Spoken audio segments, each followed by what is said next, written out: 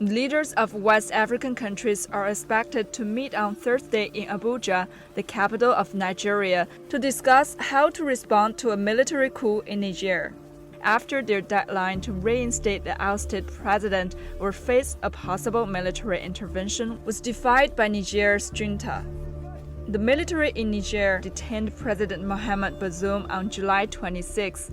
Later, they established a governing body named the National Council for the Safeguard of the Homeland.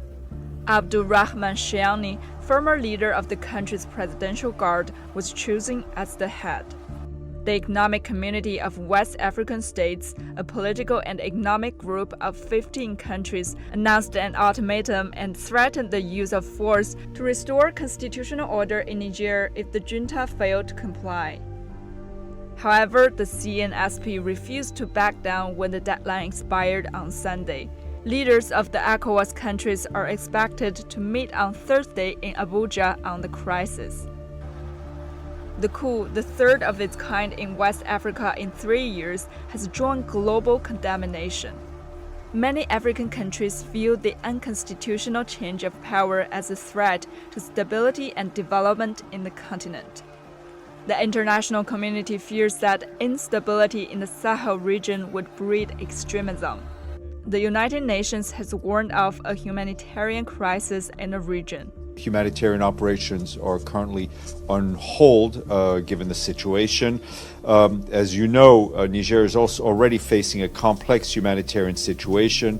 Violence by armed groups, both in the country and its neighbors, has increased our concerns over civilian protection and has also aggravated food insecurity. There are currently 4.3 million people in need of humanitarian assistance in Niger. By comparison, the number was about 1.9 million people in 2017. This is going to affect West African economic integration.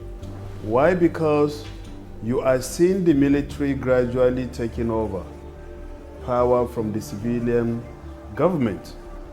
And we are going to be divided. And when we get divided, we're going to be more balkanized and more polarized, continentally controlled by the so-called powers. If a stop is not actually created, put on the coup plotting situation in Niger, it will serve as an incentive to the military juntas and military officers to continue to take over the mantle of leadership in Africa. And secondly, that will also show how weakness ECOWAS has become. So the only way and manner we can actually deal with regional conflict and insecurity is through a concerted effort. In light of the dire consequences of military intervention, regional countries and the international community are seeking political solutions to the Niger crisis. The UN Security Council and the African Union Peace and Security Council have condemned the military coup, calling for the immediate and unconditional release of the president, and continued efforts to restore order in Niger at an early date. Je souhaite m'adresser directement à ceux qui le retiennent.